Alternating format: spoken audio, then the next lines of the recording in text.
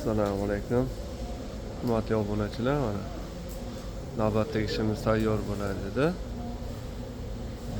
Laklarni silib qo'yganmiz. Bu ikkinchisi. Tomonda yana bitta qoldi. Buni ham bitkizib qo'ysa, xudo xolasa ertaga o'rnatamiz.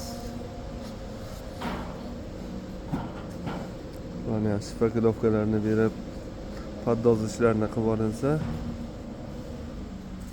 bunga ham sepilgandan keyin xudo xolasa ertaga o'rnatamiz. Yana bitta obyekt. Yana bittasi bor.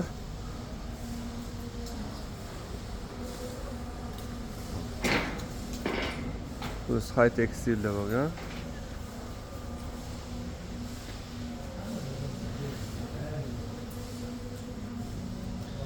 Kimga shunaqa xizmatlar kerak bo'lsa, aloqaga chiqaverasizlar. Xudo xolasa O'zbekiston bo'ylab yasab o'rnatib beramiz.